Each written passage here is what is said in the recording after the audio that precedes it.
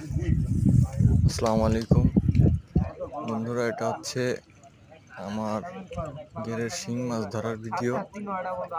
আসলে এই শিং মাছ ধরা যে কি কষ্টের, যারা চাষ করেছে শুধু তারাই জানে।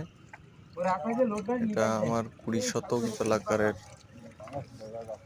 শিং মাছের পুকুর।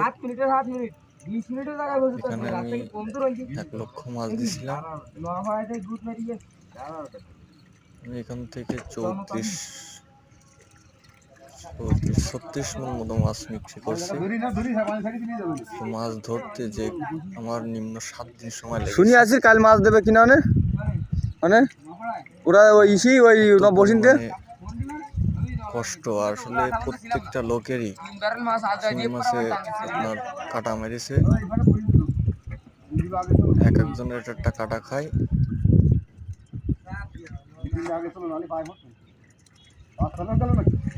যে একবার কাটা খায় সে আর শিং মাছ ধরতে আসে না।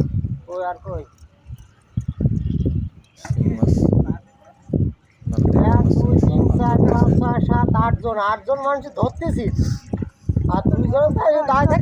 জায়গা প্রায় যেটুকু দেখতে পাচ্ছেন বেসিক্যালি সাথে ঝামেলা হবেন গুলাবেন ও ডাঙ্গায় লুকে ওই এক জায়গায় মানুষ সব জেল মাছ ধরতেছে।